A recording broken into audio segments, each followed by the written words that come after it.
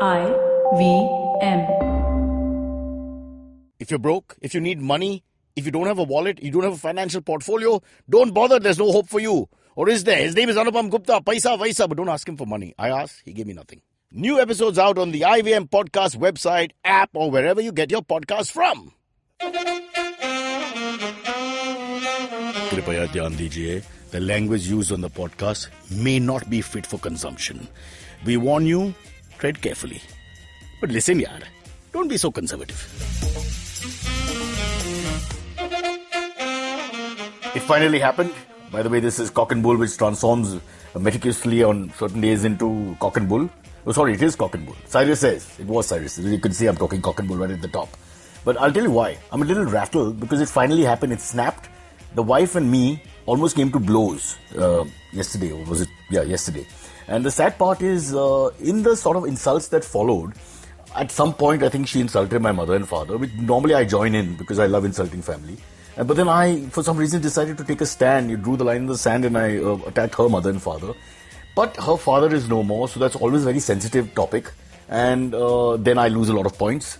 And it descended into, well, it was the Battle of Haldi Ghati, or one of those terrible 15th, 16th century battles where a lot of people got slaughtered on the side, like my children, one person who's in service of us, but I don't like to use the word maid, but she is female, and possibly one crow and one pigeon as well, because it was with windows open and no rain at that point. But my point here is, where do you draw the line? I can't believe there's this whole thing about comedy and expressing yourself and talking openly has come back to bite me in the ass at home in a fight with my own wife. So where is this bloody frigging line?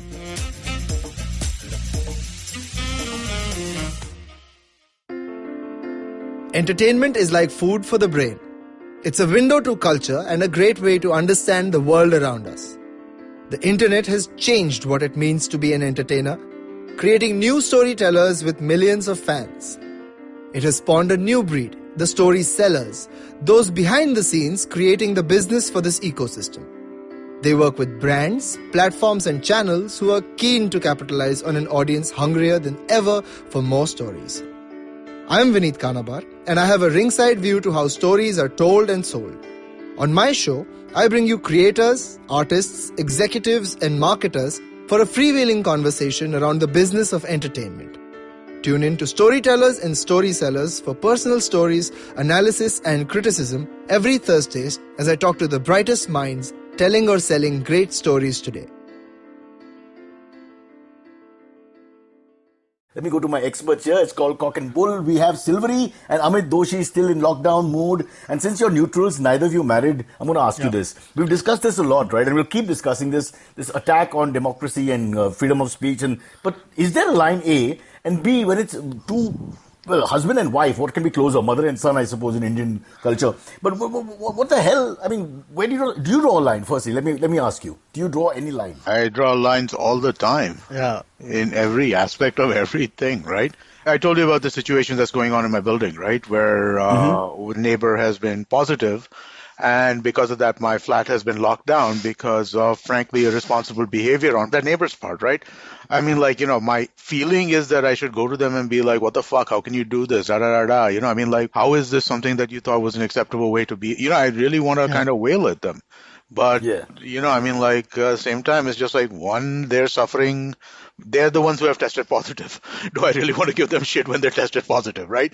And the other is I do have to live with them, right? I mean, like, it will definitely affect the relationship, and I will probably say something at some point. As your lawyer, I would have gone for a halfway approach here. I would have sent them an email or a text which is slightly meanly worded, but not badly worded. Yeah. So I would draw the line in that you take out a little bit of your angst, but you don't cross any sort of bridge where you can't come back, Yeah. So it's not like MC, BC and FU and all that. It's more like, please have the decency to understand we're all stuck in this thing together and it's a collective effort, blah, blah, blah. Was a criticism in that sort of large, wordy, British, yes, Prime Minister, bureaucratic word setup style, which I love. That is probably what I will do in the long run, right? Even like a couple of weeks from now when everything is settled down, that is still what I will do. I'm not going to go MCBC on them, if you keep 3 or 4 letters, generic ones ready, Just keep them on your comp, and you can keep sending them to different people just to change the name because it's just generic. Think of the collective consciousness of a globe,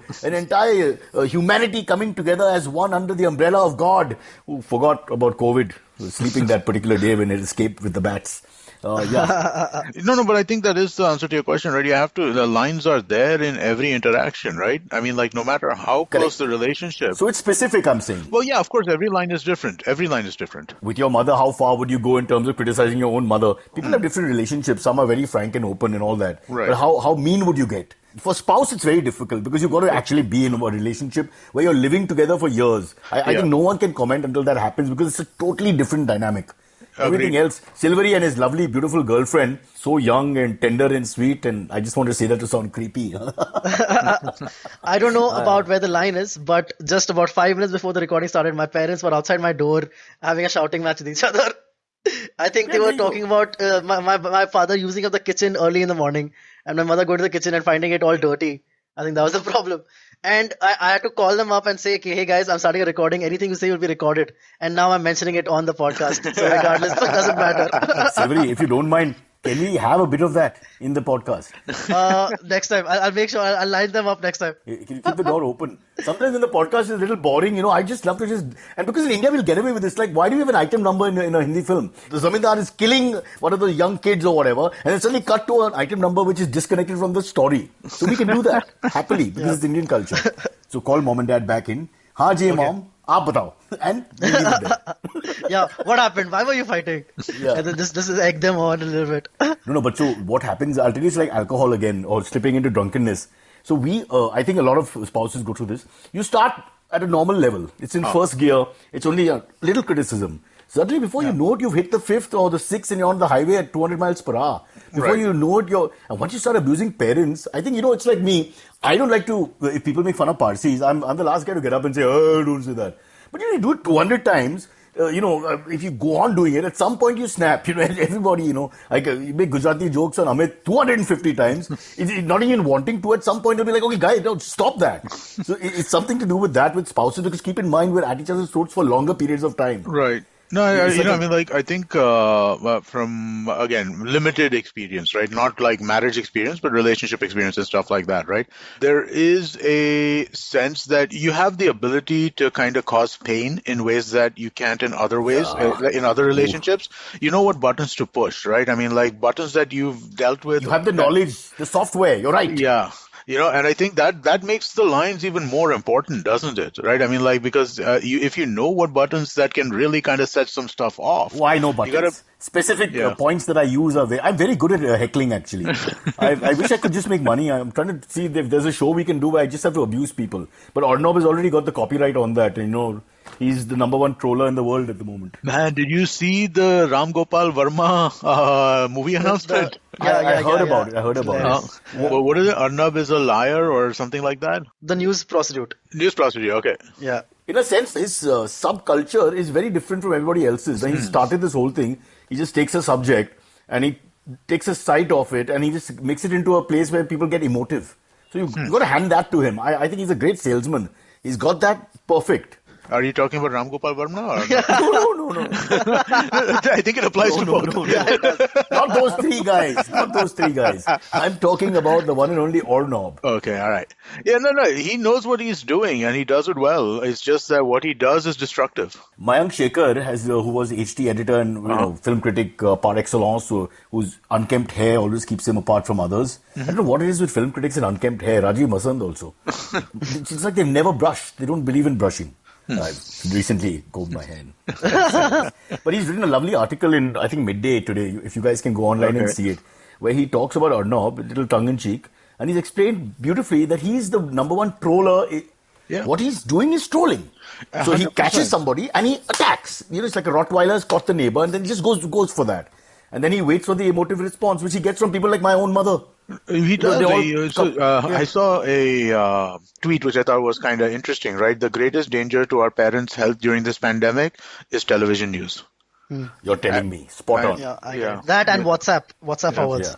which are somewhat the same in some. But I think WhatsApp forwards, Panic at least like at menace. this point in time, in my house at least, right? I've drilled into my mom this idea like completely that WhatsApp forwards are not true. Don't believe them no matter what. The WhatsApp forward, I've kind of drilled that idea into her now. Can't you send WhatsApp forwards for our show? Like we have 40 million listeners. We can do that. We should did do a that. survey where 20 million said they'll pay 4,000 rupees a day for this Spotify just podcast. bought us for $1 billion. Spotify, we rejected Spotify's last offer of 300 million. Yeah. Joe Rogan has called every Tuesday to be on our show. We're like, no, We can do you that. don't belong. Yeah, we can do that. We should create one. We must learn. Well, you know what? Let's do a contest for our listeners, right? I mean, like Yeah. the one who forwards us the most imaginative WhatsApp forward, We'll post that. that we can kind of come up. Let's send them a mug.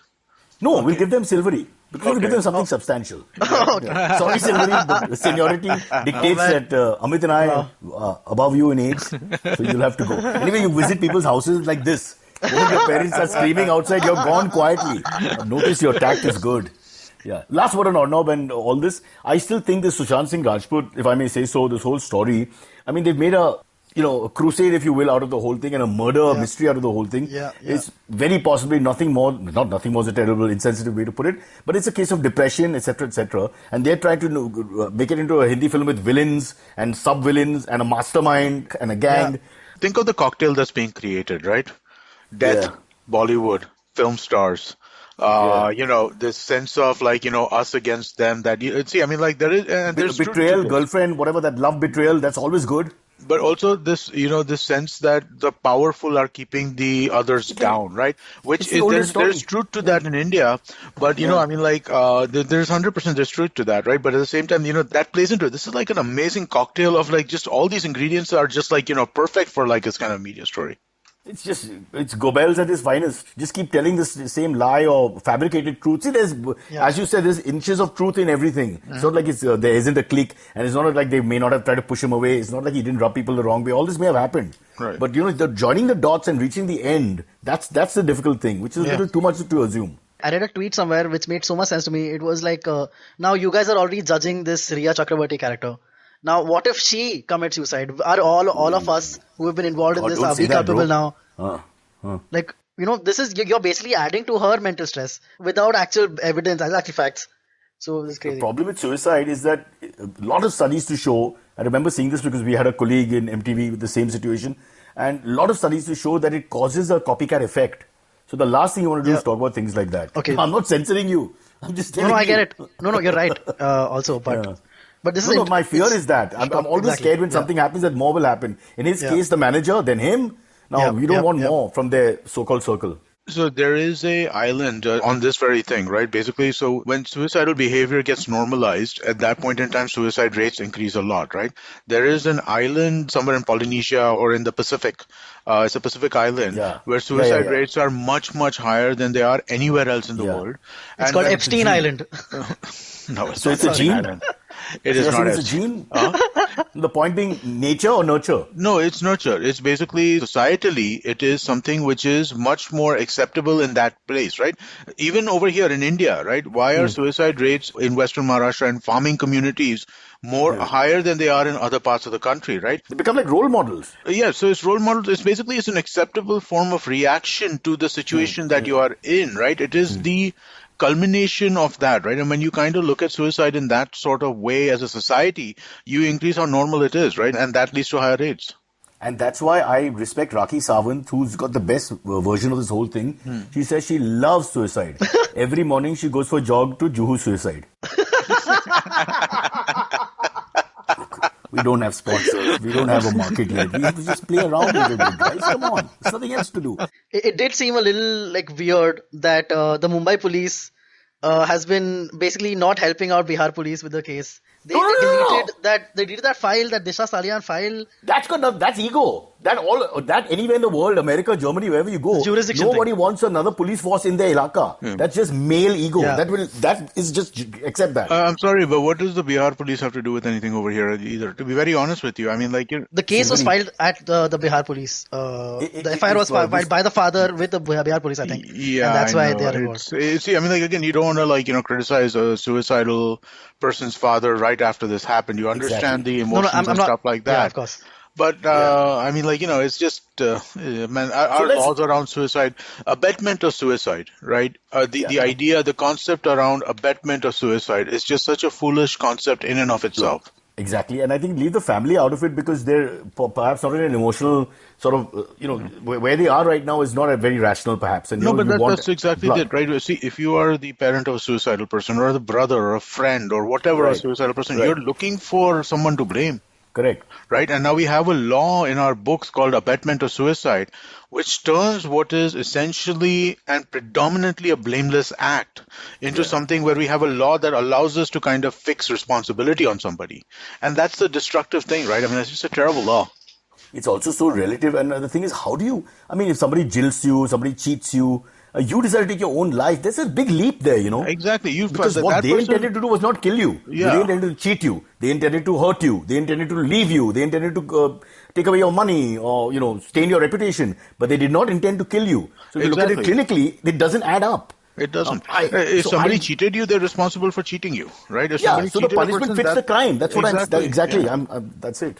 How Why don't can you and I become run if not Well, we should legislature, run the country, right? I judiciary mean, at like, least. we should. I mean, like, there's no question about that. I mean, like, we know best. Yeah. So we know best because we're clinical. I never get emotive about these issues. I'm only emotive about cricket and things like that. And freedom. And, I'm irritated when I see people walking around with wearing too much protection now because I think it's just stupid. Yeah. I'm sorry, the mask is one thing, but when you wear that full helmet thing and you look like a poor extra on Star Wars, the 1980s version, I mean, come on, for God's sake, really. Well, so apparently that helmet is is effective in some cases, right? So, I mean, like, apparently Because you you're have to- ugly. That's No, why it's effective. you People have don't have to to- see your ugly face. So, okay, good. So Silverie, don't wear I it. think You're you a have to good-looking wear it when in like spas and like those kinds of places, right? Especially the people who are doing the treatments, they're supposed to wear it. So yeah, I've seen it in like banks and stuff as well, right? That I mean, like, because see, the thing with the mask is now, a mask is more for protecting other people from you, but that helmet, it protects you from other people. Yeah. Also protects the germs from going into your head for Yeah. some reason. No, it It's does. very No, important. the germs will sit on the mask. No, I mean, so it kind of does. I know you're being a little sarcastic, but you hit on a truth in your sarcasm. No, there's no truth in me. I gave up truth at the age of 14 when I saw myself naked for the first time and said, "What? That's it?" Oh, of course, that reaction continued. Huh. I got a haircut this past weekend. Thanks for noticing, guys. Wow. But, Oh, wow. Okay, yeah. okay, but yeah, so I had gone to the Look salon. at the way we're saying wow, wow, like you won Wimbledon 3 times. Excellent stuff, bro, mate. In these conditions, it's like a Wimbledon. Yeah, well done. I'd gone to the salon thinking, my brother had told me, who got a haircut just a week before me, he had told me that the salon he went to, they were wearing a full hazmat suit and then giving him a haircut. So I'm like, okay, that seems safe. They are sanitizing before and after. What So- do you wear? What is the client? No, that's what. So I went to the salon I I mean, the went hair has to. to The be guy is free, just but what- in a tiny mask and not even like a good high grade mask, like a tiny mask Yeah. with no gloves. And then he shares it, And I asked him- up, teri bari. And he gives it to you. And you do it. Exactly. So I asked him, so mask on or mask off? He says, nahi sir, mask to off rehna padega. I'm like, what are you saying? I'm in a hair salon. I can't take off my mask. But well, I did take off my mask. But you and I'm did fine take now. off your mask. But how do you? But He has to cut the hair, but why? You tie it on your neck. It'll fall down. Yeah. Yeah. I think That's a maybe tough one. they also have to keep doing this to your ear, right? You can't keep it on bending the a ear. That's impossible. Yeah. So. You won't be able to So, cut. You can't do it. apparently, I think when you call one of these people home from so there are a couple of apps which allow you to call haircutting people Yeah. home, right? I think when you call them home, they wear PPEs when they cut your hair. Okay, Amit, I've just got an email immediately from a live listener, Shiv Prasad, who says, "Why does Amit call a barber home? For what purpose? I have not called a barber home. I'm And can just you saying. show the body part you get cut because it's not your head?" No, I have not called a barber home, but I've used the app to call a AC person home. What does your building say then? How does that work? No, I called the AC guy. The AC guy came, did my AC service and all that. No, so he enters the building wearing a hazmat? He came up to the 10th floor and then he didn't wear a hazmat, but he was wearing like masks and gloves and all that kind of stuff. Yeah, it's like, that he can just, I mean, come on, that's like C-grade production. Well, That's I mean, like, nothing. no, but so the hazmat I had when I got the corona test done, right? When I got that test done a few weeks ago, that time what had happened was the guy who came from Metropolis, the testing place, They came outside the house, on the 10th floor, and on the 10th floor, before he came into the house, he put on the PPE, full PPE. Right. Came inside, took the test, then went, and basically even then, after he put on his gloves, he used sanitizer, which I gave him rather than outside ka sanitizer. That's being cheap. That's okay. No, it's not. No. It was there was reasoning behind it, right? I mean, like the idea behind it is that sanitizer, he doesn't have to touch any bottle of sanitizer when it is, right? I'm giving him sanitizer. So if I didn't have sanitizer, he would have given me the sanitizer, but basically I pour it onto his hands. He doesn't pour it onto his own. Oh, you guys don't have the pedal in your building. Everyone's using the pedal now. We have actually, my building is high tech, man. We have like automated, like hotel ka nal. Oh, You just put your hand underneath and it just comes. Oh, wow. My building is low tech. We have an empty bottle. I just saw it when I walked in. It's just there. There's nothing in it. It's like little green liquid, which you don't want to touch because it's not worth it. You know, to squeeze that out, you'll be touching everything for half an hour. No, he would have done it. He could have done it downstairs, but the thing is that the elevator is one of the biggest spaces you need to be careful of now. So that's why is the biggest space for our little building fraternity because that's where we all touch everything. I do it. I rub myself against the lift and all. Because I'm saying I want to take the whole ship down with me, whatever happens. No, so I actually take a pencil into the elevator. Every time I go out, I take a pencil with me. Pencil. It's not a pencil. It's pencil. More of a pen. Pencil. Well, no, I don't think so. It is a pencil. Having urinated frequently with you, it's a bloody ball pen. Okay. But I honestly, I do take a pencil with an eraser at the end of it because some of these buttons are hard to press with just this. So for the lift and stuff like that, I take a pencil with me every time out so that you're not touching. Why can't you use just the one neighbor to do all this? You keep him in the lift like a lift man and say, boss, you take all the risks. And nobody touches you. So whatever happens is just you. That would make sense. I think that would make sense. Take one for what if the poor guy has a life though? Then he can't do it. All the best animal packs in the world work like that. One guy is a sacrificial lamb always. That's how you manage. By the way, I've got a warning. Your protection from viruses expires tomorrow on the laptop that you provided for me, Mr. Doshi. Okay. So what do I do? And then it says purchase a subscription. This is India. No, now to fight back against malware and other cyber threats. So that small writing about purchase, man, they just try to scare you. Don't worry about it. As long as you're not using the laptop for your recreational activities and you're using your phone for those, we're fine. Don't worry about it. You don't need to get my one recreational activity. How mean. Listen, guys, almost half an hour of the show, you've not mentioned a thing, by the way. We've spoken about my wife and me fighting and liftmen and AC controllers and God knows who. How about some meat? Okay, cool. Silverie. Let's get into this. Well, actually, I guess, before we dive into stories which we had so-called planned, finalized the day before, because there's two things happened yesterday which I want to check with you guys if you saw, right? So one is, do you see the Kandivali landslide? No. You didn't see the videos of the landslide in Kandivali? No. On the Western Express Highway, there was a landslide. The highway got blocked completely northbound. Oh, wow. Yeah, I'm amazed that you didn't see that. It was like a disaster movie video. Yeah, not to be insensitive, but England was batting first yesterday, so I didn't watch it. Wow, I'm amazed. Hold on, how is this possible? How have you not seen this? Owen Morgan won the toss and elected to bat. All right. Antariksh is going to create a video and put this on our social media feed so that everybody can see this. But I'm amazed at who shot it live. So apparently this was like a second wave.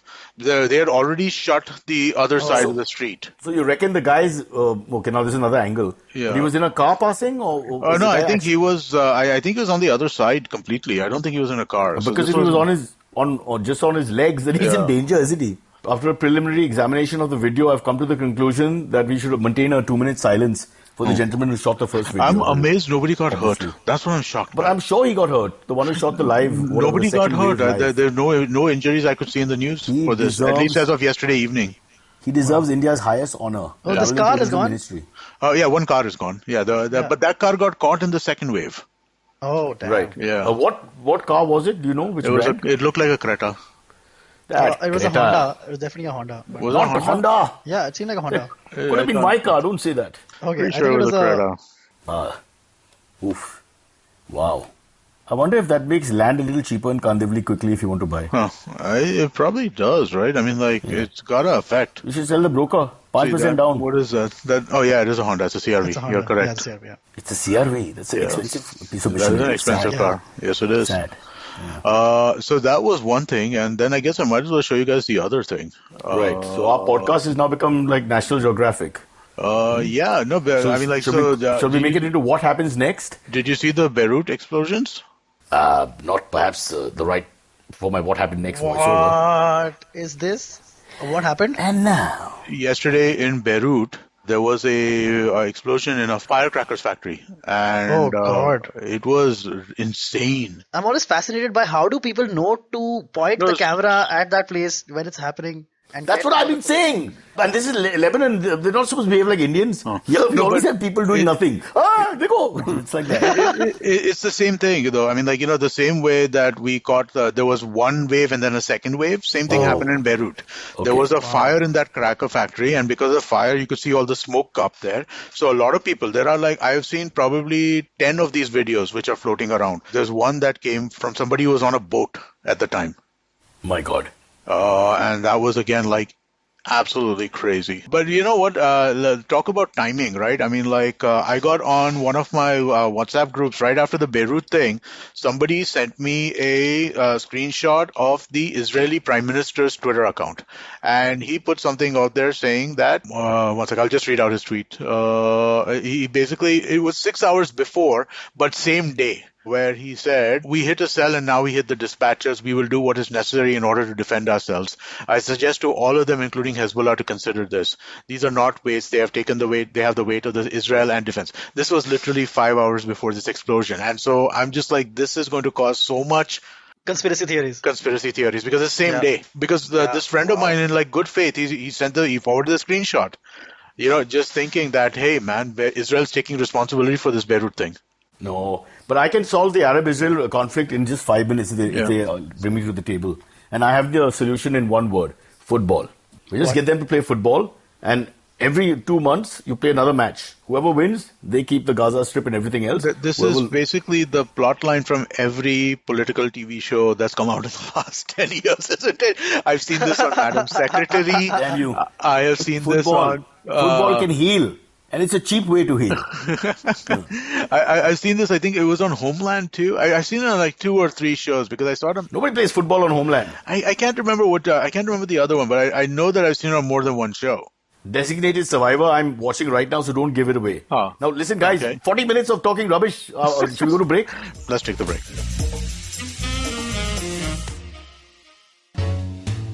Hi, I'm Satyajit. Hi, I'm Racheta. We are from the Open Library Project and we host a podcast called Paperback. Paperback is a podcast where we engage with stalwarts and experts from various industries, suggesting non-fiction titles that contributed to their journey in a big way. We've had guests like Anjali Raina, Dr. Marcus Rani, Dr. Swati Lodha, Ambi Parmeswaran, Apurva Damani, and many more on our show Paperback. Find new episodes every Wednesday on IVM Podcast app, website, or wherever you listen to podcasts. Back from the break, and Silverie, now is the time for you to, let's put it up there from the beginning that we had a young man on the show who didn't turn up, sadly, because he was caught in the crossfire of Wi-Fi discounts in his area and also monsoon dilemmas, leading to Bijli cut and shortage of power. So, Sriram, if you're listening to this podcast, we miss you. Because we just wasted our time for 35 minutes, and with you we would have done 40. Damn it. If Sriram was here, we'd be talking NBA for sure, right? For sure. 100%. Have you seen any of the clips for the NBA yet so far? Well, I saw one game between the Mavericks and the Houston Rockets. What do you think of the virtual crowds? It's stupid, honestly. From a television point of view, it just looks stupid, but I guess they've got an idea, because even in footy, in soccer, they're doing the same thing of creating a sound ambience. Right. Yeah. So that I buy that. It's like clapping. Now, we do this show called The Week That Wasn't that no one watches. I hate the clap track. Right. My friend Kunal loves the clap track. So some people say, no, it's nice and whatever, but I just think it's like backward and stupid. I think it's like a performance kind of thing, right? You just perform better when you think. Yeah, but it's fake. It kills. In sports and comedy, I think people should just get to see what it is, whether it's good or bad, and enjoy the bad also sometimes. If you want. I know this is true for myself, right? I get a little irritated when people tell me how I'm supposed to react to things. Yeah, that's what. I want my reaction to be my own reaction, right? Exactly. Yeah. That's what I'm saying. It's Well, killing the live feel because you already, giving us this software that you provided which allows the cheer to happen at that point, blah, blah, blah, blah. I don't know. It doesn't work for me personally. So I don't mind sports noise, right? Because sports crowd noise actually is like, you're part of a experience with other people and that is what you are experiencing, right? But piped in noise feels weird to me, right? So that's why so baseball apparently is just piping in crowd noise through like speakers, which I think is a stupid thing to do. It's a slower game. It's a start-stop game. Now, you see, with cricket and baseball, because it's a start-stop game, very often it doesn't match correctly when you do these kind of things. Yeah. With a flowing game like basketball and football, you get away with it because you're just giving me a sound, and very rarely you have, when the point is scored or the basket is hit, the sound is elevated slightly, obviously. So it's not difficult to do. No, but I think the thing is that the sound is not fake, in the case of basketball. The sound is actual reaction of the audience who is watching it, right? They're doing this. They're like those virtual fans are actual fans, right? They're just sitting in their home and they're working. They're getting their audio, correct? So they're getting all of their combined audios and they're pumping it higher than it would otherwise sound because it's only a couple hundred people. I don't watch basketball. I did it out of sheer desperation because I didn't feel like masturbating for the 8th time that day. I was just asking you, did you feel that the entire momentum was a little lower in terms of the performance of the athletes? I enjoyed the game. The game was great, high scoring, and they came back and beat the Mavericks from behind and all that. But I just felt that, that the entire body language is like they're at a rehearsal, at a exhibition game. So little lower. So it is a little different, right? There's a lot of, so basketball is one of the most pop culture kind of things, right? And so basketball has a tremendous amount of gladiator influence, if you will, right? The movie Gladiator, where these guys will go in front of the crowd with both arms up and go like that. That's something that happens a lot in basketball, that kind of thing, where you're playing to the crowd. And that's missing.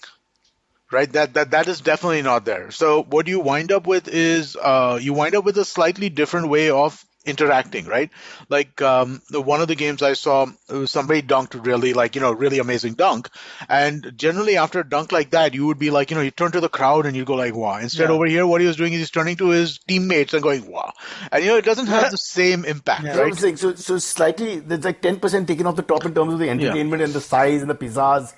Now what to do, I suppose? It's better than nothing. But there's there's a flip side to that, right? At least in basketball, is that, so basketball crowds are loud, stadiums are loud. So it's typically hard for teams to communicate within themselves, right? And now what does happen is that because it is a lot less louder, teams are able to communicate better, right? And that has an impact on the quality of the game. I can't believe you said that. They're sitting 20 feet away and they're loud. In Firozshah Kotla or in Eden Gardens or one of these places, if you have an Indian crowd going crazy when Virat Kohli is batting, the fielding team can't even tell each other where to place fielders. Yeah, I know. Okay, nobody beats us when it comes to loud, unnecessary, abusive sound. We have invented that. How dare you take that away from my people? I'm not at all. I absolutely acknowledge that Eden Gardens is louder than what a basketball stadium might be, right? But I'm just saying that the impact on the game itself is there, right? That when you're able to communicate in basketball, especially, which is a fluid game, right? Where you want somebody to take 2 steps to the left, or you want somebody to cut across from here, right? Being able to give that verbal direction, which you were unable to do previously, has an impact in terms of how effective they are as players. I think the world has to get tech efficient and now start texting the athletes. The coach can just text the athlete, left, right, so whatever. They have that to an extent, right? So in football, NFL football, one of the players had a wrist guard or something like that. Or Silverie, you see what happened? I said something's ridiculous. He made it into a serious comment, and now we're screwed. Now a 5-minute freaking lecture. There's no way out because I can't open the window and jump out my wife's foot bars there. To do this, right? How is this? This is not impossible to do. It's just a question of do we want to allow it from the rules perspective? Right. All right. Now that you've destroyed basketball for me forever, let's move on to some interesting things. I can't believe that you're thinking that. In this time, when you don't have anything else to do, you would rather do nothing than watch basketball in one of the most exciting times there is. I watched some basketball. I watch all sports, and I can't complain. Live sport is live sport. So I watch footy, I watch cricket, I watch basketball, whatever I can. I watch Arnab show. So wherever the sport, I'm there. Silverie. Yep. Okay, should we get one topic in? We have let's get at least one topic. You guys know about the Berlin March that happened? 17,000 people marched for pro-democracy and anti-mask and anti-being told what to do and bring back our freedom. Oh, really? Yeah, wish I was 17,000 there. people? So for Germany, 17,000 people marching. I mean, that's like, they've captured the city. It's like you can't do that. Yeah. In India, 70,000 people is just Mahim, like I just look down. But I feel very emotive about these things. I wanted to be part of that march because I feel everybody's just so happily conceded to their governments that, this is all correct and right and just accepted it with their hands folded. And we've heard only one side of everything, the immunologists and virologists going berserk with their conservative thinking. So I just like the fact that somewhere there are, unfortunately, many of these people are far-right people and have other political, thoughts, which is a little scary. But there's sense of what is right in terms of democracy and freedom, at least, is somewhat in something one can relate to, little bit. In my opinion, I guess that if you're going to take opinions of one side in a situation like this, the side that you want to take opinions from are immunologists and virologists. I think those are the people who you do want to listen to. I agree with you that there is that things have gone too far, right? I mean, like that we have to figure out ways to do more than what we're doing right now. I 100% agree with that. But some of this stuff is just dumb, right? I mean, like this, a lot of these guys are, we don't want to wear masks. I mean, like, screw you, you don't want to wear masks. But your mask, Amit, what have your masks done? I've got 4 or 5 examples of people who worn masks and been very conservative who've got it. Anybody can get it, but Cyrus, instead of 4 or 5 people instead of India as a country... It's a question of immunity. It's just a question of immunity. Those who are strong enough will survive this whether they get it or not. That's the key issue, nothing else. This is all what we call in Hindi, muh boli kaam. You can put all the helmets on, put things in your ears, shove something up your ass, nothing's going to help. That's Cyrus, what I think. We're 4.5 months into this situation at this point in time. Okay, 4.5 months into this, we have about 500,000-600,000 cases, something of that nature. I think. I think nearly 2 million total infected, 5 million active. If you look at what were the projections in early March in terms of how badly this could spread, we were talking about literally this could be like 150 million infections right now at this point in time. Right. So I mean, like there's no doubt that these masks have had an effect, right? I hope so. Because otherwise, it's the most pointless thing I've ever seen in my life. Of course, the masks have had an effect. I mean, like, how can you think that they wouldn't have an effect? It's an airborne virus that comes through your... Because the people in the workplace where we shoot from and everything else, all those who got it, there were 7-8 cases in April and May, they all got it with masks on. They all got it with gloves on. They all got it with sanitizer 5 times a day. So my point is, nothing is foolproof. That's what I'm saying. So what's the point? It's like wearing a condom with 3 holes. But that's like, dude, that's the maximalist position that just because something doesn't work 100%, we shouldn't do it at all. What if it's 95% effective?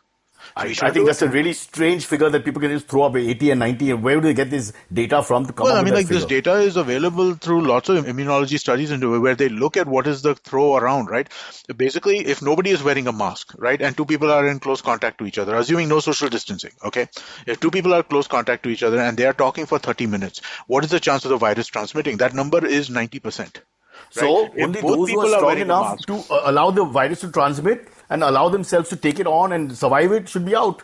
And those who are not strong enough should not be out. 3% of people are dying who are getting it. But the problem is that those who are dying, or rather those who are getting it after doing everything right, which I find ridiculous. No, not everybody is getting it after doing everything right. People are getting it from all kinds of reasons. The lady in the building opposite me never left the building, always wears a mask, never left the flat. I'm not saying it's foolproof, and nobody is saying it's foolproof, but the point is that, but at the same time, there is a benefit to it, right? If your transmission possibility goes from 90%, 95% to 5%, you're not telling me that's worth doing? You're telling me that's not worth doing? I think by just wearing a mask? Let history judge everybody, because I think there was too much panic. History has already judged. The immunologists and the virologists went on, they're like right-wingers for their people, and went on one side completely and said, you're doomed, here's the tombstone, you're dead. Okay, and nobody looked at the other way saying that you're strong enough, you can cope, this is what you should do, this is what we can do. But you're not strong enough and you cannot cope. 3% of people are dying and nobody knows what is the reason why they die. Nobody can identify if 100 people are getting infected, 3 people are dying. I think the same results would have happened either way. We still would have got so many people dying. You're just making that up. You've decided that out of 150 million people, we've come down to only 5 million and all that, so we've done a great job. I'm saying it would have been probably 5 million anyway. That's what I'm saying. Because in spite of wearing all the frocks and putting everything in place, the guys are still getting it. It's ironic that most of them getting it seem to have all followed the procedure. I see these idiots on the road who are on their bikes without anything, who are passing us by, both Pillin and this thing. Just yesterday, I showed my daughter on our way. There were 2 bikers with 2 guys. And my favorite topic, of course. All 4 of them, nothing. Forget gloves. There's no mask on their neck, nothing. Not even like an option. Okay? They'll never get it. I know they'll never get it. And then some idiot, poor fellow who's walking on the road almost in a hazmat suit, comes home, has a soup, and 24 hours later we're at the funeral. So I'm just saying, I just think there was too much Can panic. I remind you of your new favorite saying? It works in both contexts. Anecdote is not data. Yeah. Right? It works in both contexts, right? When you are talking about how it works in the other way around as well, right? I don't know, Amit, Silverie.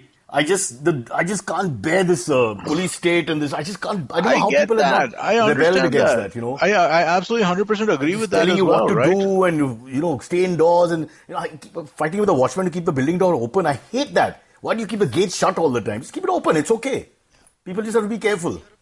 Did you guys hear last week Trump shared? So basically, a group of doctors, turned out they were sponsored by the Tea Party, the Republican Tea Party. They came out with a statement which said that you don't need masks and hydroxychloroquine is the cure. It is actually that will help. And this is the rest of the medical community has been vehemently against this, and the video itself has been banned. But then Trump shared it. And then it turned out that this was just Republican propaganda that they were doing. It's not just propaganda. The woman who was the primary Dr. Stella speaker, Emanuel, that's her name. Yeah. Well, what was her thing? She was talking about something about demon how sperm. How demons are causing corona. Yeah. Like, where people who are getting corona because they're having sex with demons or some shit like that. Man, these people some are ridiculous. But at least they're having sex. What a lovely country. What's happening here? Anyway, I'm just putting it out there on the record that I feel there was an overreaction worldwide. I'm not saying I'm blaming India or Mumbai or anything like that. Worldwide. And that's why the march in Berlin has happened. And we said, a lot of those people are far right. There were a few neo-Nazi sympathizers in the back and all perhaps thought, chalo, let's just join the march anyway. Because if there's one thing they didn't stand for, it was democracy. But that irony escaped them. And I just wish we would question more. I just feel as Indians, the reason why we've never had a revolution is we do not question, we accept. We're the most accepting people. And that's how the Brits and everybody agree with you. I agree with you. I agree that I agree that there's been overreaction in some cases. I believe these things have been badly planned in some cases. But I also think that, there are a couple of things which are just basic and which are helpful, right? Sanitize before you go into a new space. Wear a mask when you are out in public so that you are protecting other people. This is it, right? Beyond this, everything else, I agree with you. I think that locking down to this degree is not helpful. It doesn't do anything to anybody, right? But certain personal behavior. On the day when they've opened up, they've opened up all non-essential shops. I know, today malls open. I know they've opened the stupidest fucking shit, right? You're opening yoga centers and gyms, right? The most infectious places in the world. They didn't open the gyms across India, not Maharashtra. Across the rest of India, they open gyms, right? This is dumb, right? Why would you open gyms right now? Yeah, but you see, again, Amit, don't worry. Only the hardcore will go like me, okay? But you shouldn't go. In a way, we'll get rid of all these people because they won't come to these smaller enclosures. I know for a fact. They won't come. So all those jokers who come and waste time in the morning, with conversation and who look at weights and look at the treadmill and spend a lot of time cleaning their phone or wearing gloves, those guys will disappear. You'll only have people who want to really lift, so it'll be a much smaller group. Yeah, well, but having said that doesn't mean you won't die. You can still die. You should basically, this is an opportunity for outdoor gyms, man. Because again, the things that they say, which keep you safe, right?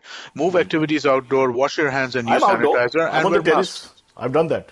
Yeah, I've taken that to heart. Wow. But also, you're talking about gyms. What happens to people like dance academies and workshops inside small rooms? Try and move those things outdoor as far as possible. I mean, like today in the monsoon is very difficult, but you can work out in the rain. I work out in the rain, but you can't really dance in the rain and all. I mean, agreed. Instructional dancing or workshops of that kind will be tough. It is tough, but at the same time... As Prime Minister, I am not happy with all this. I don't know what to do. I don't have an answer. But these are dangerous spaces, right? I mean, like when you're talking... The most dangerous place where you can get this, right? I was reading a study where they found that they've only found one place where, the quote-unquote fomite, you get it from a surface kind of thing.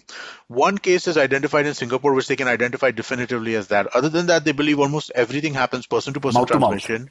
When you are in relatively close proximity, and the biggest spreading events happen when you are in unventilated spaces for extended amounts of times, which are indoors. And I made a list of people I've grown up with and over my years as a human being who spit. You all have friends who spit while talking, I'm sure. We had a teacher in college also who spat a lot. Yeah. So much so the first row used to be empty because people were worried. Very sweet teacher, but that would happen. And my friend Vikram Mavan Kurve, who is no longer with us, God bless his soul, he used to wear his helmet just for safety. That was, imagine, well before his time. So I made a list of all the people who spit, so I have to avoid them, whatever happens, because they can't help foaming at the mouth a little bit. And that, that escapes. And that seems to be like a direct cause, immediate. Your chances become very less when the saliva hits you. Luckily, my wife has taken a manat that no saliva shall leave her mouth anywhere next to mine. So, was that too much information? God. Now, as it recedes a little bit, and it dipped apparently this week in Mumbai for the first time, properly dipped. We are back to the other problems. The other problems are resurfacing now suddenly, and I'm a little worried about that. I may want to go back to lockdown after some time. I just have to walk the dogs. I get through that. Yeah. Like the monsoon problems are back, right? Like there's already flooding, there's already massive traffic jams everywhere. Yeah, there is, and you just show the landslide and all, which of course is also an effect. But I was just thinking, every year going to do the podcast in Khar, considering I used to leave from Parel mostly or from Churchgate to come to the location. Every year I've had one really bad day in 3 consecutive years at Khar, where the guest has disappeared. Once I was the only person there. Even Amit couldn't make it. Because I leave nice and early. And for whatever reason. But I was just thinking every year, and it was mostly Tuesdays, right? So I always think that which is the bad monsoon Tuesday I'm going to get. But I think that was yesterday. It would have been. I think it was yesterday. It would have been. Now when you put it together, it would have been if. Oh man, see, it was a Tuesday again. And you guys don't eat meat on Tuesday. It's a very religious moment, Look what you've done to me. I have to take a boat on a Tuesday in July every year, do a podcast with somebody who I don't even know. I remember that one girl didn't turn up and she didn't take the phone, and everybody was livid.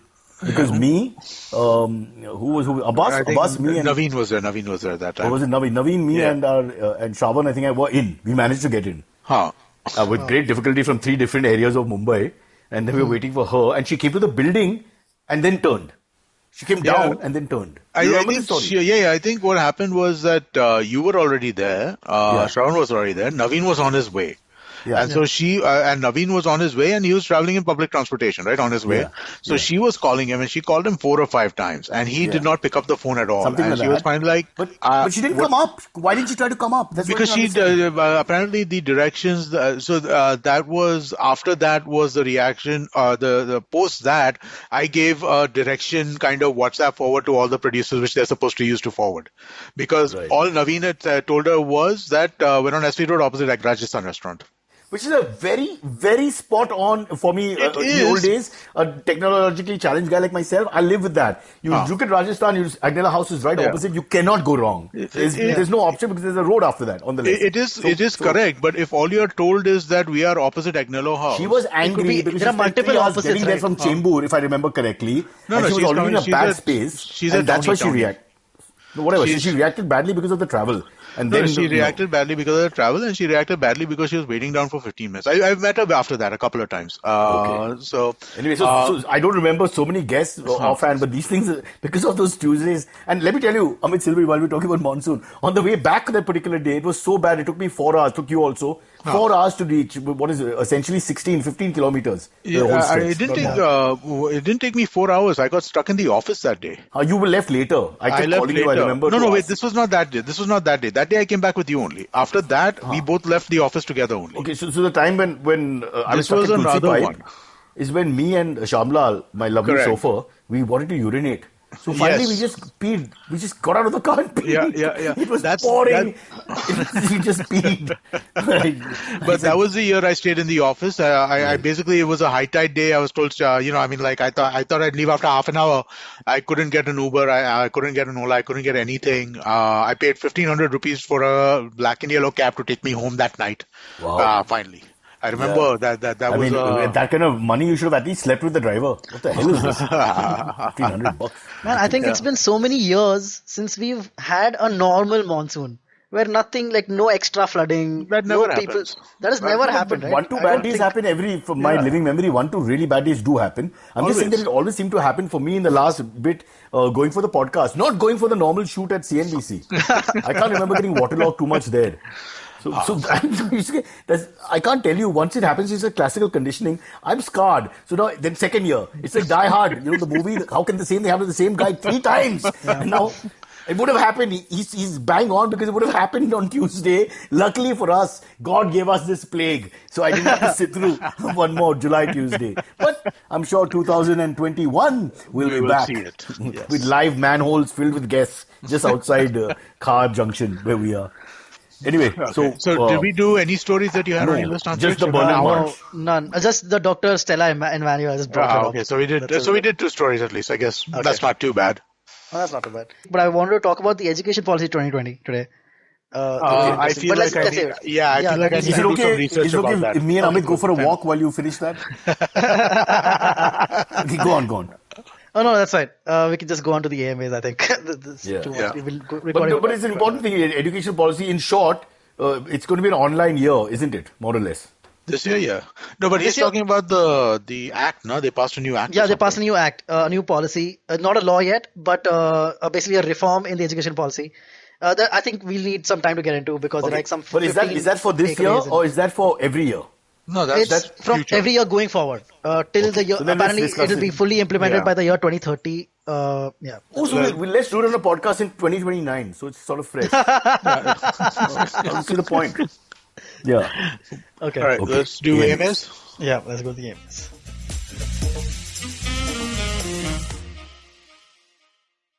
Hello, everybody. Welcome to another week on the IVM Podcast Network. If you're not following us on social media, please do. We're IVM Podcast on Twitter, Facebook, and Instagram. We'd like to thank our sponsors this week, Paytm Money.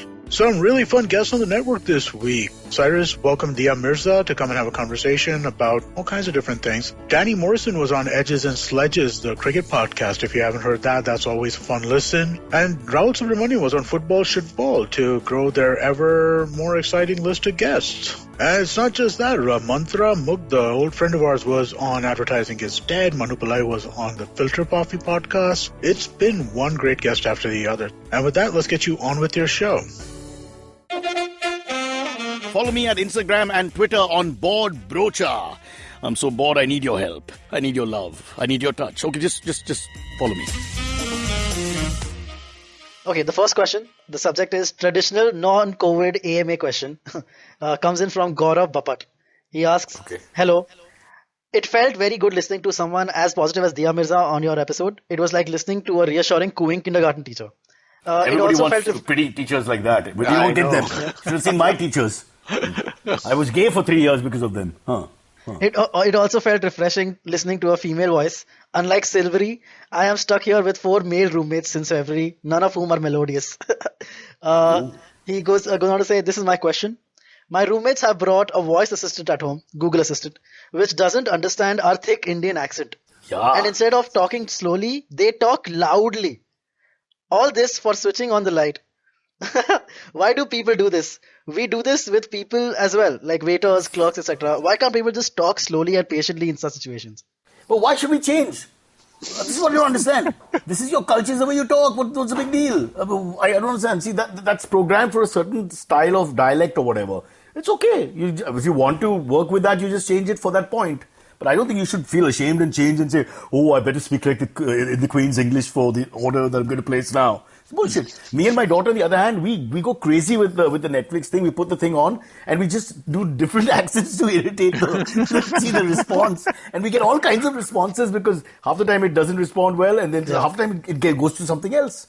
Have you tried doing a bad Japanese Indian accent and asking for, can you play me something beautiful? And just wait for the reaction. I mean, it's the fun of machines, yeah. What's the fun? So as far as I'm concerned, I don't think he should complain too much. The people should just be themselves. We Indians are too complex about that. I hate that. What I really hate is in English-speaking Indians, urban Indians, telling people with slight accents, making fun of their English in a way where they should reform. I've never understood that. Why can't they just talk the way they talk? If you come from bloody Ranchi, that's where you come from, and you must talk like that. And you should be proud. What is the problem? No, you must talk like you're born in South Bombay. Wow, balls to South Bombay. You're from Ranchi, this is how you talk, and you're proud. When we do that, we will become a nation. Our problem is that we just don't have any pride about who we are and where we come from. You don't have to apologize for being half Parsi, half Catholic, and not able to pronounce ter and der. That's the way you talk at home. That's the way it is. Put that out there. Then it's specifically if you want to work on something, that's your decision. But I think you should be proud of what you are. So tell that fucking machine to fuck off. is what I say. But do it in an Indian accent so you won't understand. Here's the question, right? While I agree with you in theory that everybody should embrace their own accents and their own way of speaking, Like here? do you want the machine to work or not? Yeah, so that's what I'm saying. If you want it to work, then you temper it. But don't feel bad about it is what I'm saying. I think he is complaining about the loudness of it. Like people just, his roommates, I can imagine him waking up at 7 a.m. in the morning because some roommate woke up early and he's just shouting, hey Google, hey Google, hey Google. Oh, sorry, I think I just switched on my own Google Assistant, so sorry if any of our listeners are taking this thing. And then he has me ranting and raving an answer. Yeah. And then he has you performing what the roommates did in the morning. So I think it's over for him. He's throwing the machine out of the window. Yeah, I think that's the problem, issue he's having. But there are Indian machines now which do similar things. If you go Are there? online, I thought there's only Amazon, Google, and Apple who's doing this. There's no robotic with an Indian voice. No, they all have Indian accents, right? I mean, like they all have the ability to put an Indian accent into it. But I think it's just the three of them who do it, right? I just think Amazon, Apple, and Google do it. I don't think anybody else does. Silverie told me he can manufacture AI like this in his sleep. It's no big deal. Yeah, well, I guess not. All day long. Oh, was that a metaphor for something else when he's alone in the night? I don't know. What accent to use then? Hello, darling. Yeah. Okay, let's do one more question. This is very fun. It's Happy Birthday and AMA question is the title. Okay. Sent in by Kalpak Deshmukh. He says, hello Cyrus, Amit and Silverie. I am Kalpak Deshmukh from Pune, a fan of the podcast since 2017. Firstly, happy birthday Cyrus. Congratulations. You are 1 year closer to getting senior citizen discounts. No, you're not. Are you? Oh, 1 year closer. Okay, 1 year closer. 1 year closer. 1 year Wait, closer. I thought you were saying you're 1 year away. 55. No, 65, no? 65. Oh, I'm closer to 65, correct. Yeah, you're 1 year closer. I guess that is true. Everybody is 1 year closer. I mean, like tomorrow you'll be 1 day closer than you are today. You go on. Okay. Rubbish the 4 fans we have. We only pissed off the first guy who hates his roommates and we did the whole show for him. Now this poor guy, you're correcting him for lacking common sense. Oh, God. Okay. That's it. We're down to 2 fans thanks to you guys. He goes on to say, did you know you share your birthday 7th of August with Charlize Theron? Do you know that? Well, I know I shared with Greg Chappell and Waqar Yunus and about 4 people in my school growing up because everybody screwed their spouses at the same time in 1971 and next thing you know, I think you also share with Chuck or Deepak Gopal Krishnan, our host of Simplified. Oh, he's also August 7th? Also the host of The Origin of Things. Wow. Yes. Excellent. Yes. We must be very alike. I must meet this guy. You've never met Chuck? Actually, it's possible you never have because they've never been on the show, right? Naren has been. Chuck has not. Yeah. I've watched the show, though, Chuck, and enjoyed it. Chuck, I like that show, Zachary Levi and Yvonne Stravoski. I've enjoyed that show. Yeah. Sorry. Zach is all over the place. Zach and Zil went up the hill. Where were we? Yeah. He goes on to say, also, my birthday is on 8th of August. I turned 32. And if not for the lockdown, we spent so much time on 7th, we forgot about it. And if not for the lockdown, we could have had a Pune-Mumbai 2-day rave party. Please also wish a happy birthday to my best friend Archit, who's in Delaware, and his birthday is on 4th of August. Hey, Delaware guy. Happy birthday, Archit. Happy Delaware guy, Archit, for 4th, which is also my aunt's. Oh, God. I hope you're doing okay. Name the world in August. There was a big cyclone in Delaware, or cyclone tornado, whatever. There was like a big storm. So it was downgraded to a storm. It was. Well, no, I saw some pictures from a friend's neighborhood and like houses destroyed and shit. Yeah, but they downgraded it to a storm, which I think is terrible. Okay. You know, they began with cyclone and then they came on. I saw the clip on the news where they said it's downgraded to a storm. It was like, how terrible, give complexes to bloody cyclone. There he is, chugging away, cyclone. Next thing you know, storm. Yeah. I mean, how many people do you have to kill and lives you have to destroy before they take you seriously? It's unfair. Yeah. So August 8th, happy birthday. And I wouldn't want to know the age because that would be a little scary. But as a fellow Leo, happy birthday. My only worry is there's so many of us here. Like I said, I shared my birthday with a girl in my class. Can you imagine? There are 30 people in class. And her father was like a big shot in Hindustan levers. So she would bring the cake. She would bring the sweets. I told my mom, stop buying those cheap orange sweets because we look really poor. Because she would bring, like Fusion gum, for example, which was much more expensive, or Kit Kat chocolates and things like that to give everybody. So that was boiled sweets, which was like 5 paisa or 10 paisa sweet. So, I said, there's no point. I look like her servant or someone who works for her who's holding the third bag. There's no point. Let's just enjoy her birthday. And luckily, everybody wishes you, and as collateral, I get everything as well. So then we just stuck with her cakes, her stuff, and my birthday. I thought it was beautiful. The sacrifices women make for us, I tell you.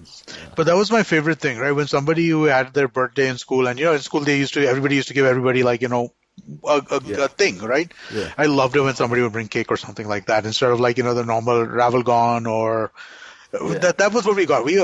My school, I think it was almost always Ravelgon. So what happens with our school was if some idiot started getting cake, that set the bar. Then the child would tell the parents, and then the parents, being very competitive, would say, we'll have 2 cakes. Oh, Buddy got 1 cake. We will have 2 cakes. But Dad, we don't. No, 2 cakes. And then the next day, we'll get the whole patisserie. We'll have a patisserie outside the school. So it was like that. So I told my mom, let's not compete. We're poor. We'll get the boiled sweets, stand in the back, and let Ranjana take all the glory.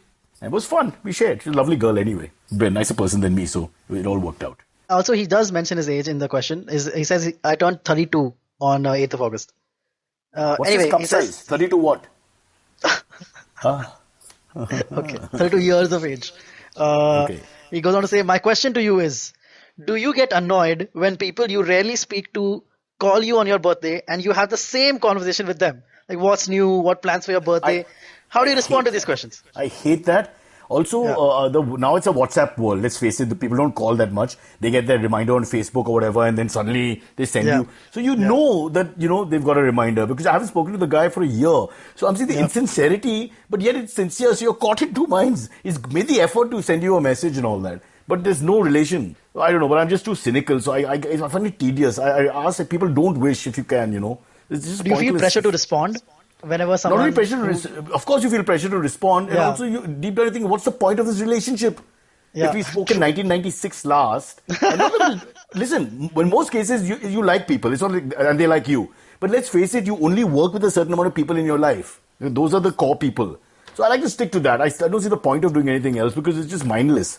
My favorite way of asking this is when someone says, I love this guy, he's a great guy. I say, okay, so what's his father's name? No idea. Okay, what does his father do? No idea.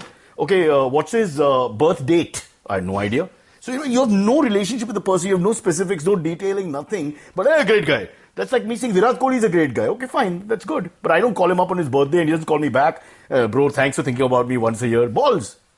So, I can't handle it, man. Don't start me off. I had the weirdest what's your thing, deal? A very, very close friend of mine. And so this is not one of those guys. But for him, so my birthday is on January 21st, and he somehow has it saved on his calendar as June 21st, right? And I know none of us, and so now 3 years in a row. That's really bad. He sent me happy birthdays on June 21st instead of January 21st. And it's not like we don't talk about other stuff and stuff like that. We do, right? But it's just like he sees it on Facebook or he sees it on his calendar. And it's just like, it's what he does every day in the morning at 10 o'clock. He sees his calendar list, happy birthday, happy birthday, happy birthday. There's another line which is equally redundant, which is, hey, dude, I didn't know it was your birthday. What does that even, why? What does that mean? I didn't even know it was your birthday. Because they heard from somewhere or saw it on Instagram. But what the hell does that mean? Well, has your world come to an end, or is it the greatest moment in your life? What are you trying to say? If I knew, I would have stopped everything, sold my parents and the flat, and bought you a country. The country of Taiwan is now yours, because for fuck's sake, this is the most important thing in my living memory. But I didn't know. Urbanization has destroyed our thinking. We just don't think. Yeah, and it's lack a of weird sincerity one, right? with the digital age has come this lack of sincerity. It's just so fraudulent. Like my good friend Kunal, he is the brand ambassador of that. I love telling this story. There was an argument on Facebook between him and 4-5 guys over right wing, left wing. Pro BJP, anti BJP going on, and really hard, almost abusive, but still civilized. And suddenly in the middle, Kunal's only response is, "Hello, Jay uncle, happy birthday." I mean, that's how fraudulent it is. You're just checking to see what you can send to someone. You're not even part of the conversation. You're not even paying attention. It's ridiculous. Really. It killed the moment, of course. Everybody lost interest in killing each other after that, and everybody turned around and said, "Happy birthday, Jai! Happy birthday, Jai! Hey, Jai, it's your birthday! I didn't know it was your birthday." All that shit starts again, man. God. Well, it's a good way to deflect an argument, I guess. No, this fake love has to end. I hate the fake love, really. And then you're forced in the room and if it's a group of people and somebody says, oh, Jai, it's your birthday. Then you, me, Silverie, we all have to go and wish the bastard. Can we not wish the bastard? No, we can't not wish the bastard. We have to wish him. I don't even know his name. I just vaguely know he's Jai. So I have to go and say, hi, happy birthday, bro. Have a good one. What the fuck? I can't take that sentence back. It's gone into the universe now. What a waste of time. You never see the guy again, never speak to him. I mean, again, it's not like you hate each other or anything like that. But there's no relation. There's no connection, so what's the point? Yeah. I'd rather play with my penis. Honestly, at times I just put my hand in my pant and play with my penis. But at least I've got something there to do, There's some meaning to that. Perhaps not the right example. I apologize. Our show is becoming worse and worse because of lockdown. Silverie, are you still at that age where you're very romantic about birthdays? And, wow, it's Hitesh's birthday. Let's all, send him a huge card with a flower on it. Not at all. I was never that guy who would get very excited about my friend's birthday or something. I was like, yeah, it's your birthday, big deal. I feel like that was 22 was the age at which birthdays became like a you want to drink and you want an excuse to drink. I understand. Look at girls and all that. That I understand. Yeah. But I don't understand the whole I feel about happy birthday and, have a great one and may your dreams come true. And what the fuck are you saying? Are you your grandmother? You're not your grandmother. Why behave like your grandmother? Wear your grandmother's sari and walk around, if you're going to be a grandmother. Oh, God. Too much love in this world, man. Too much fake love. Hate that shit. No, thank you. Fake love is worse than hate. Hate, at least, you know where you stand with the person. I wish they would say, it's your birthday, fuck you. Why should somebody say that? Why doesn't somebody actually get up and say, hey, George, it's your birthday, fuck you. I hate you. I want that once. I want someone to come and tell me, fuck you on your birthday. My wife will do that. Fuck, tomorrow. What am I saying? It's going to happen, guys. I'll report back to you. I come with a black eye, your birthday didn't go off well. And I have an event. A little bit of money to be made on that same day. So it's also, your birthday's on Saturday, not on Friday. Okay. Oh, it's on Friday. No, your birthday's on Saturday, right? You're on the 8th, right? 7th. 7th also. That is Friday. 8th is the gentleman who wrote this person's birthday is on the 8th. The person who said okay. You're pointing fingers at the guy who wishes you on June 21st. No. Sorry. I got a little confused there. But no, so your birthday's on Friday. So your Friday is a busy day, man. But we don't do anything. Only my daughter will wish me. And my mom. My mom will... Okay, now, since we were running late anyway, what does my mother buy me? I'm 48, I'll be 49. Every year she buys what for me? I'll tell you. She buys underwear. Every fucking year since I was 12, I hope she never hears this, she gets underwear. First it was those VIP Frenchy, whatever was in fashion. Now it's those boxer shorts which all look the same. And now it looks like the help that are walking in Malabar Hill because they wear our boxer shorts after we're done with it as full pants. This is the class distinction we have. Again with my own mother, I have stopped pretending. So he gets the boxer shorts and she says the same thing. Try it and see if it fits. I don't know. My life feels terrible. I can't tell you. And then I used to actually pretend like, thanks, mom. And now I'm like, oh, God, mom, more underwear. Oh, I tell you. Nothing to look forward to on the birthday. Wife will probably not talk to me.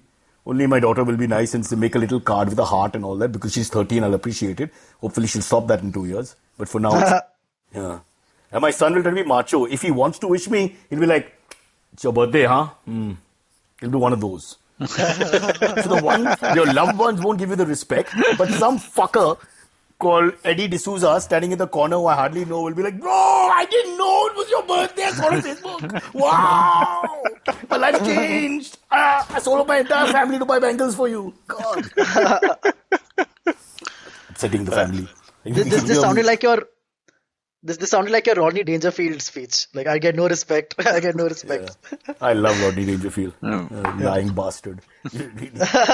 No, but birthdays...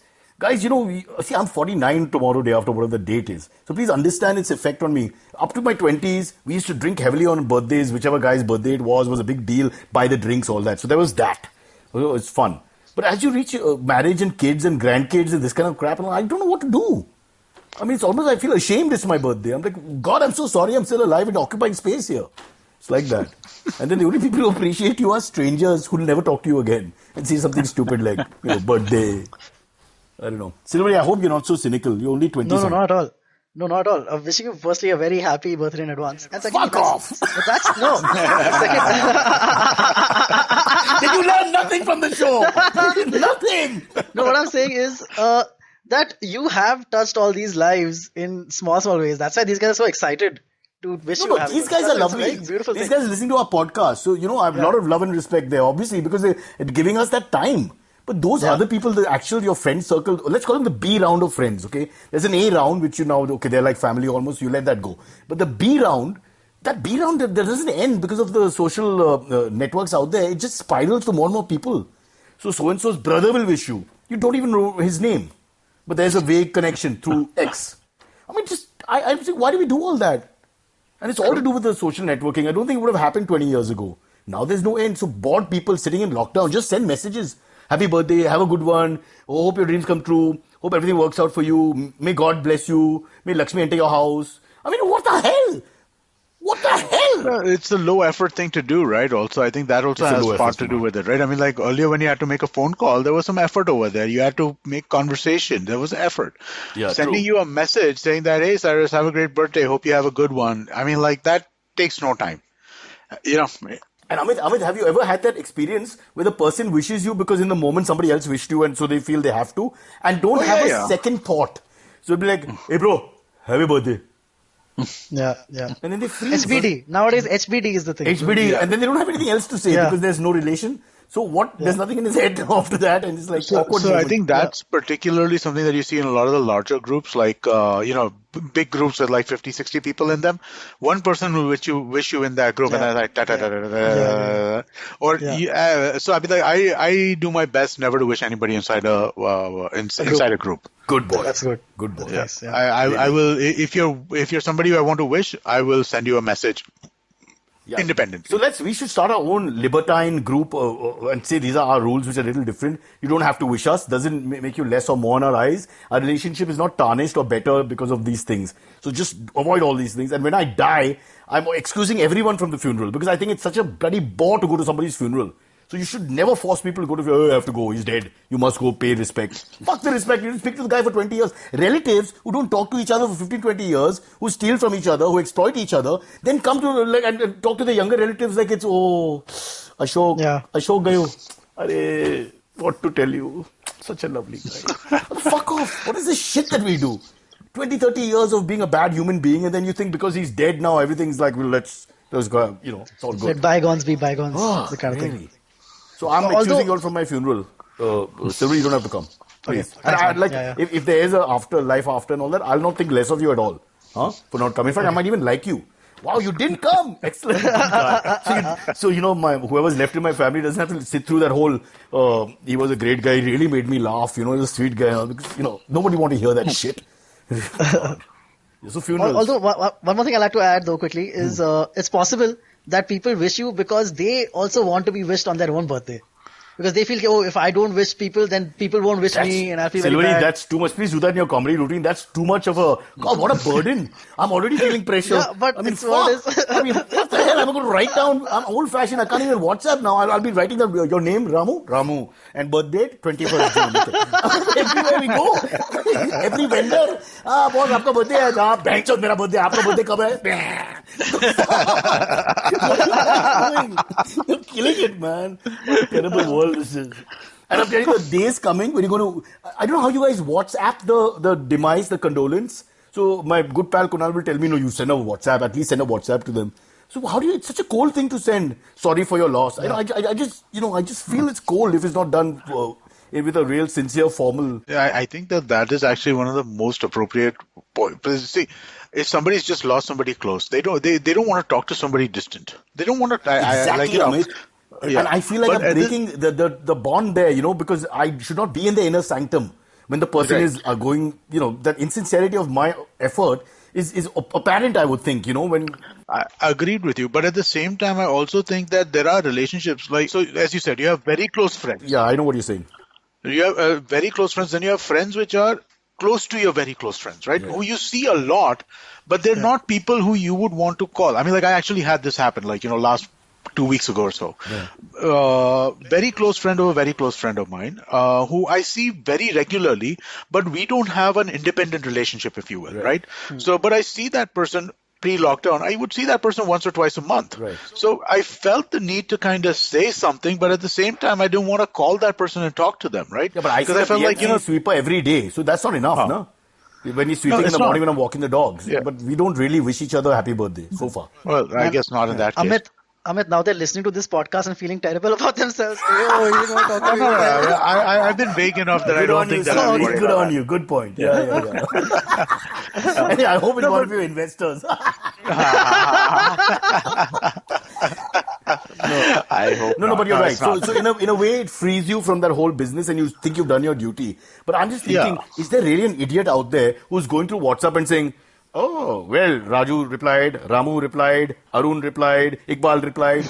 It's not like, RSVP. I don't think people are making check marks on who has come or who has not come. But I think what people do, but what does happen is that people appreciate a reach out, right? Just that, hey, man, I was so sorry to hear about I don't know, this. man. Sometimes I just wonder whether you're breaking their area. There's a proximity area. There's a time. I know, After 2 weeks, yes, 100% I would say, But I'm always after 2 weeks, skeptical.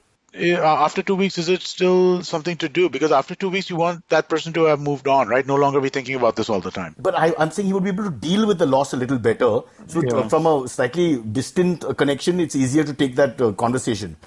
So like you said, so there's circle A which just has to go, right? They're too close, so it doesn't make any sense. In circle A, you're at their house when this exactly. happens, So it doesn't right? matter. They can say what they want and not say what they want, and they can even fight amongst themselves because the relationship is strong. But circle B, C, it's just, I don't know. I'm talking about those when you're told, shouldn't you send a condolence and all that? When you're doubting it, that's the very fact that you're not close. Otherwise, why would you not? True. Because you'll think with your heart and you'll feel bad and you'll send a message. And even if it's a bad message later on you think that you sent it with a sincere intent, which for me is everything. True. Even if you try to make it light or whatever. Oh God, I hope I didn't do that. Somebody hits me now for nothing. Anyway. Listen, guys, our AMA has been longer than the show. I think we should call this an AMA. We're almost an hour and a half into it, and I have a call in 4 minutes. Okay. Yeah. As I told the ladies, as a young man, I always pull out as fast as possible. Is that allowed? No, it should be. 1.3 billion and growing. Somebody is playing with the robots. Okay, guys, we'll see you soon. All right. Have a good one and happy birthday. Happy birthday, Cyrus. Happy birthday, Cyrus. Everybody, please wish Cyrus. Yeah, fuck off. Please wish Cyrus. You know what you can do? Do this to whatcyrussays@gmail.com and I'll have Antariksh forward him all the emails. Right, absolutely. Right? Absolutely. So, whatcyrussays@gmail.com, please wish him. Okay. Thank you. 39 that is. Bye-bye, guys. All right. See you. See you. Okay, catch us on any of the podcasting apps, please. We beg you, we need you. Send us your questions on Twitter on Cyrus Says In, or you can email us, even if you're not female, on whatcyrussays@gmail.com.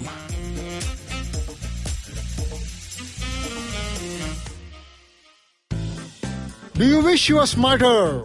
Well, so do we. But the next best thing? We could make you sound smarter. And to help you with this endeavor, we are Simplified, a podcast that attempts to break down the complex world around you with a little knowledge, a lot of poor jokes, and a ton of random trivia. Episodes out every Monday. On the IVM podcast app or wherever you get your podcasts. See ya! Hello, everybody. We have a brand new daily podcast we're working on with Bloomberg Quint. All you need to know provides the top news on business, markets, and the economy so that you can stay ahead of the curve. Tune in every morning on BloombergQuint.com, the IVM podcast app, or wherever you get your podcasts from.